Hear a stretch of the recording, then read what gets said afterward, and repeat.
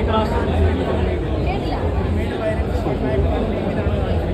ഇല്ല അങ്ങനെയല്ല, വയലൻസ് സിനിമയ്ക്ക് അതായത് ആ സ്റ്റോറിക്ക് വേണ്ട കുറച്ച് കാര്യങ്ങളുണ്ടല്ലോ. പക്ഷെ അത്ര ബാക്കി എന്താ പറയുക, വേറെ സിനിമ ഭയങ്കര വയലൻസ് വേണ്ട എലമെന്റ്സ് വേണ്ട.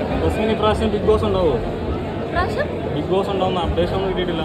ആ ബിഗ് ബോസ് ഉണ്ടാവും, കുറച്ച് ഡിലേ ആവുന്നുണ്ട്. പക്ഷേ ഉണ്ടാവും എന്തായാലും.